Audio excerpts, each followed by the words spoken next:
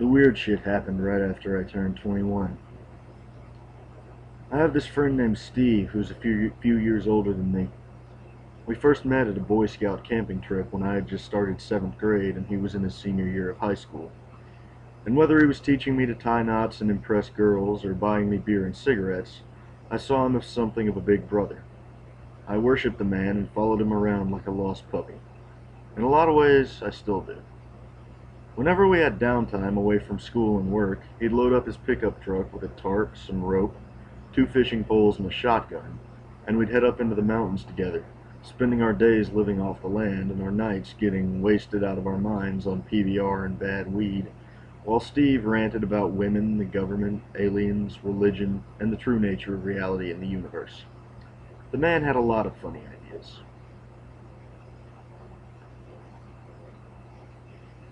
Steve is an absolute genius when it comes to computers. In high school, he passed advanced math courses without even trying, and took a vocational technology class on electronics just because he thought it sounded like fun. In college, he studied mathematics and computer technology. He spent most of his free time on 4chan, fucking around on B and plotting all kinds of electronic mayhem.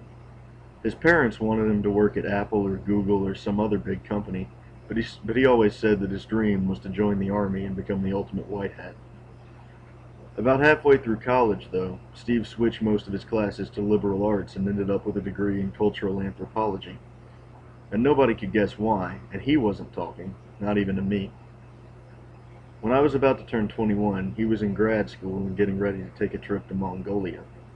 He wouldn't tell me why, and neither would the professor or any of the other students, but he seemed pretty excited about it. A week after he left, I got a letter from him postmarked Ulaanbaatar, Mongolia.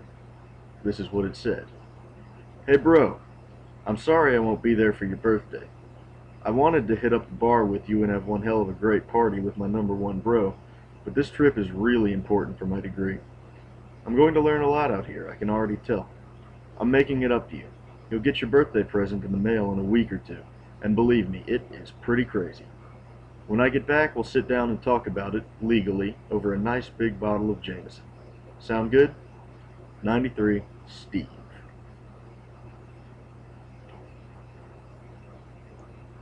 Something about the letter seemed off. I'd heard Steve use the number 93 as some kind of greeting before, but it didn't mean anything to me. What really worried me was that he described my birthday present as crazy. When Steve said that something was crazy, it meant that it was a dangerous mixture of very fun and very terrifying. 2 weeks later, I got a package in the mail. It didn't have any funny international stamps, and the return address was Steve's house, so the post office must have been holding it until whenever Steve told them to mail it. Inside the box was a gigantic 6 terabyte external hard drive. This was an amazing gift, and something that Steve wouldn't part with lightly. I'm surprised that he even had it, but it didn't seem too crazy. I plugged it into my computer and saw that it was almost completely full. My real present must be the data itself. There were 5 folders: books, movies, video games, porn, and the goods.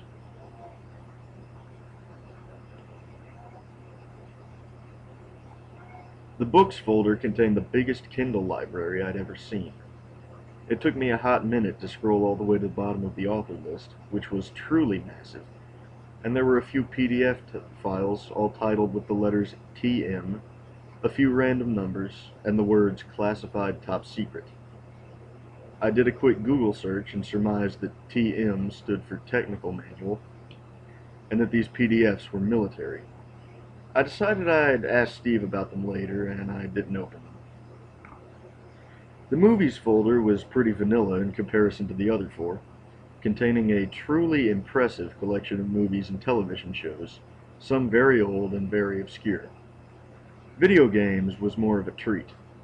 In addition to the PC and arcade games that you'd expect, there were a lot of goodies that I didn't even know existed, like a working Xbox emulator and a cracked copy of Halo Reach. Steve probably made them himself just for the fun of it. The porn folder was, of course, where things started getting weird. There was the standard fare you'd expect in something like this, like a huge gallery of BDSM videos, more hentai than I ever wanted to see, and, to my pleasant surprise, Jesse Flores' entire filmography. Hey, don't judge me, it's 21st century. But beneath all that, it turned into an exploration into the depths of human depravity. There were 2-hour-long fisting videos, shisa, rape porn, gore porn, snuff porn, women servicing farm animals. I don't know what dark corners of the internet that crap might have been dredged up from, but Steve and his beatard friends were probably having a good long laugh at my expense. And it was with this mindset that I opened up the goods. The first thing that hit me was a giant wall of GIFs and JPEGs that looked like the best of the worst from all of the Chan's gore threads.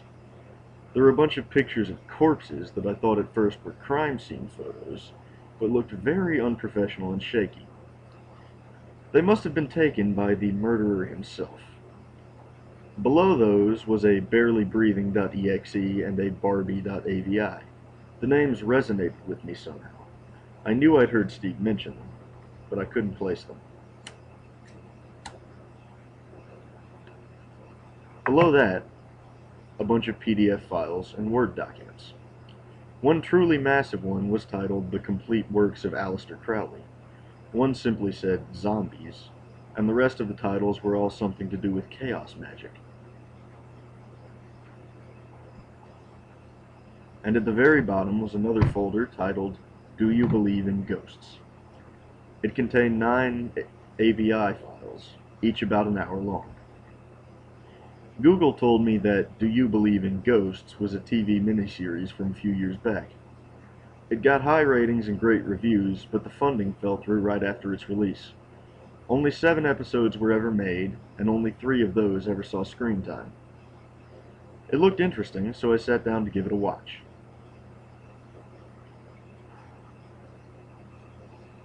The first 2 episodes were almost painfully formulaic. A man, his wife, and their teenage daughter and toddler son move into a creepy old house that, surprise, surprise, turns out to be haunted. There are weird noises at night, things get moved around, doors open and close on their own, and the little kid has an imaginary friend that creeps everybody the fuck out. It was alright, but nothing special.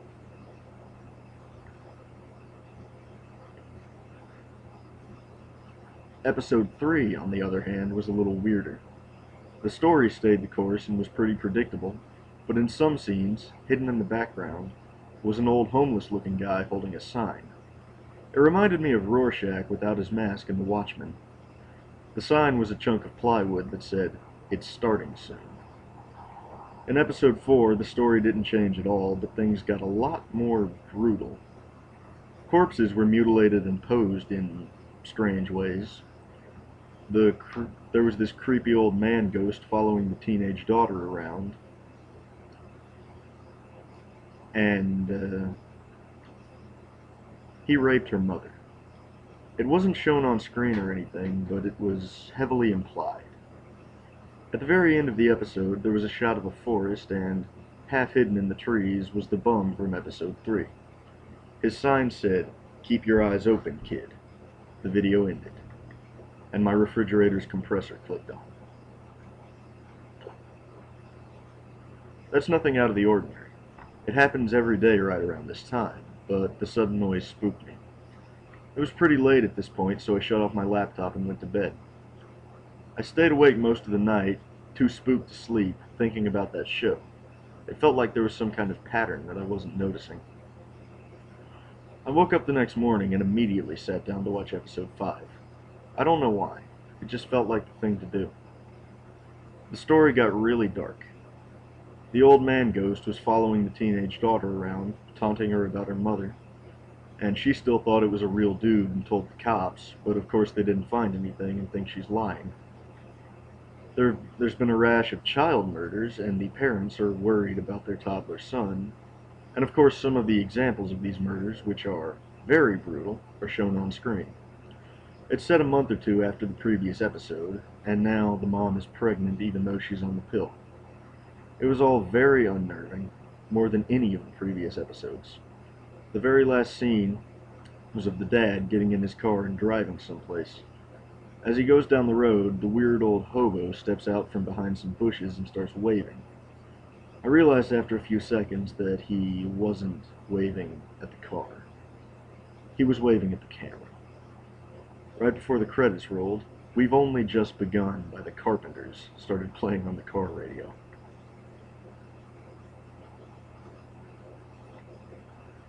I'd slept like shit and didn't have to work that day, so by now it was lunchtime, and there was nothing in the fridge, so I decided to go out and get some Taco Bell, but I couldn't find my keys.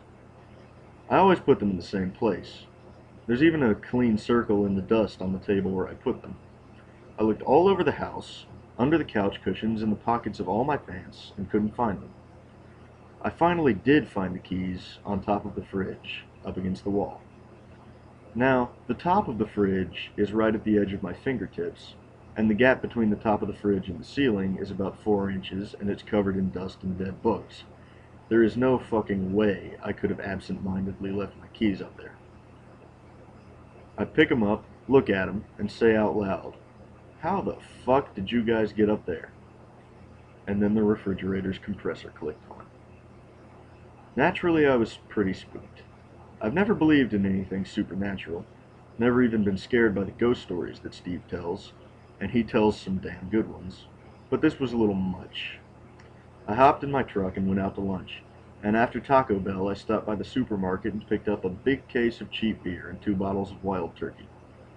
Even though I was starting to suspect what was going on, I felt compelled to finish watching the show, and I wanted to make sure I had the courage. After downing a couple of beers and a shot of whiskey, I watched the next 2 episodes. The show was getting incoherent now. It just kept switching back and forth between the mother's progressing pregnancy, the dirty old man ghost harassing the teenage daughter, stuff moving around by itself in the house, and a bunch of disgusting gore shots with no context at all. Occasionally, the old hobo would be barely visible behind some vegetation or debris in the background with a sign that said, "We're about to get to the good part." I was about to start on episode 8 when I half remembered something from the other day. I went back on Google, and sure enough, only 3 episodes were aired, and only 7 were ever made. According to Wikipedia, IMDb, and every other website I could find, these last 2 files shouldn't even exist. I was sure that Steve must be fucking with me, so I forgot about them and went on with my day.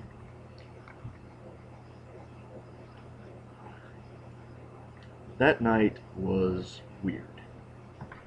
I came home from hanging out with some friends around 11 o'clock and saw my front door hanging wide open. I rent a place out in the country so I can jam and smoke pot without any hassle, so if I was to call the cops, it would take them at least a good 20 minutes to show up. I was worried about my stuff getting jacked, so I grabbed a crowbar out of my truck and went to search the house. Nothing looked out of order, and my laptop and TV were right where I'd left them. Then I looked back at the door. The lock in the door frame didn't look broken, and the deadbolt was still engaged. If somebody went to the trouble of picking the lock, I don't think they bothered to lock it back and not even close the door. And then the door slammed shut. The deadbolt banged against the door frame, swinging it open again. I ran to the door, locked it, and went room to room through the house with my crowbar. No windows were open. Nothing was stolen. Nothing was even touched. And then I sat down at my laptop. The screen was up, Microsoft Word was open, and somebody had written, "You know you want to." Understandably freaked, I poured myself a couple shots of whiskey and paced around the house for a while, not sure what to do. I heard the front door open again and ran to it, crowbar in hand, ready to beat somebody's skull in. Nothing. The TV clicked on to static. The iTunes library popped up on my computer and started playing. "We've Only Just Begun." "Fine," I shouted at nothing. "You win. I'll watch the stupid show." The door closed itself, the TV turned off, and the music stopped playing. I sat down at my laptop and started on episode 8. It opened with a nondescript shot of the house that stayed absolutely still on screen for a few minutes. If it wasn't for a few birds flying around in the background, I would have thought that it was just an image. I started studying it after the first minute to see if there was anything special about it, and then I saw it. Deep in the background, half hidden behind the trees, was the old hobo, and this time his sign said, "You know it's coming." After a little while, the episode proper started, and the story was more coherent than the last two, focusing mostly on the teenage daughter and the ghost of the creepy old man. She was getting more and more freaked out by him, and more frustrated that no one else believed her, until about half an hour in, he walked through her bedroom wall and she realized he'd been dead the whole time. Her dresser moved against the door. He threw her down on the bed.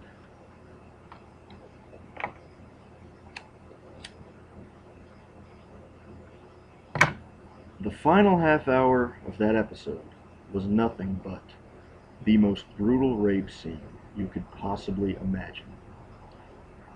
That girl was brutalized and violated in every possible way, physically and spiritually, for 30 straight minutes. By the end of it, she was curled up into a little ball on the floor, sobbing, bleeding. And the worst part was, none of it looked simulated. I made a mental note to look up who the actress was and try to find out more about her.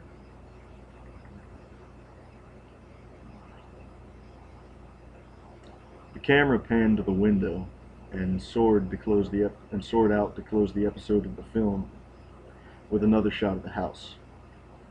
This time, the bum was in one of the upstairs windows, and his plywood sign said, "It's too late to stop now, kid." I got up from the computer to grab another beer. One of my cabinets flew open, and a bottle of Tabasco sauce fell out and shattered on the floor. My microwave slid off the counter by itself. My iTunes library opened itself again and started playing The End by The Doors. I collapsed on the floor, cradling my head in my hands. An empty beer can on the floor flew up and hit me in the face.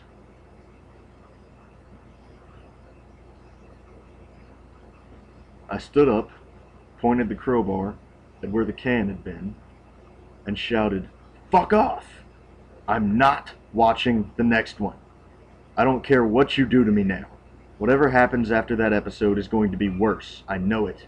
Get the fuck out of my house. Right now." The music stopped playing, and my laptop shut itself. I grabbed a bottle of Wild Turkey, choked down a couple of mouthfuls, fell asleep on the floor.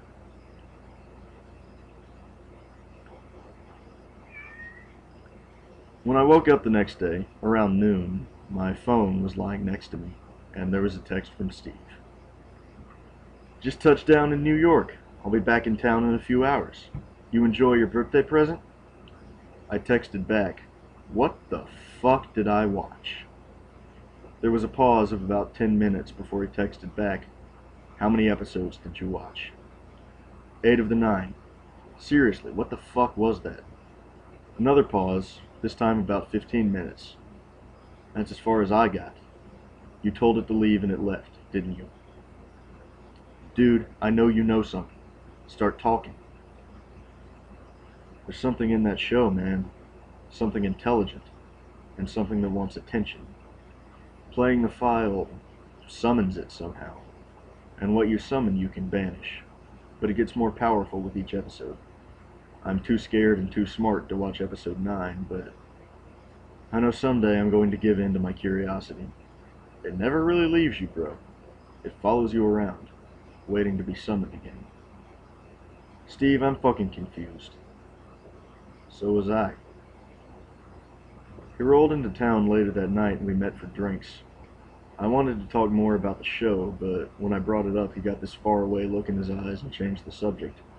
I wanted to know more, but I was still more spooked than curious and didn't push it. He was right about it following me around. Every once in a while, I'll hear a window open by itself, or something will be moved from where I last put it. I guess that's just the thing's way of telling me it's still there, waiting for me to watch that last episode and finish drawing it down. Sometimes if I'm really drunk or really high or really depressed, I'll think about watching it again and tell myself that I just imagined all the spooky shit. Sometimes I'll go so far as to plug in the external hard drive and open the goods, but every time I'm about to do it, something will move around or I'll hear a window open, and I'm reminded of how monumentally stupid that would be.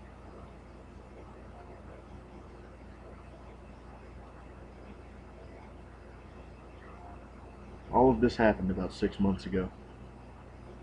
The other day I was driving into town for school when I saw something that spooked me. There was a rotten old piece of plywood nailed to the side of a store along the road. Something was written on it. I circled back around for a closer look. It said, "I'm still waiting. I'm not leaving." I've tried to delete the files off of the hard drive. For some reason I can't bring myself to do it. Like Steve said, in a few years my curiosity is going to overwhelm my better judgment and I'm going to end up watching episode 9. I don't know what'll happen when I do, but it might be what kills me.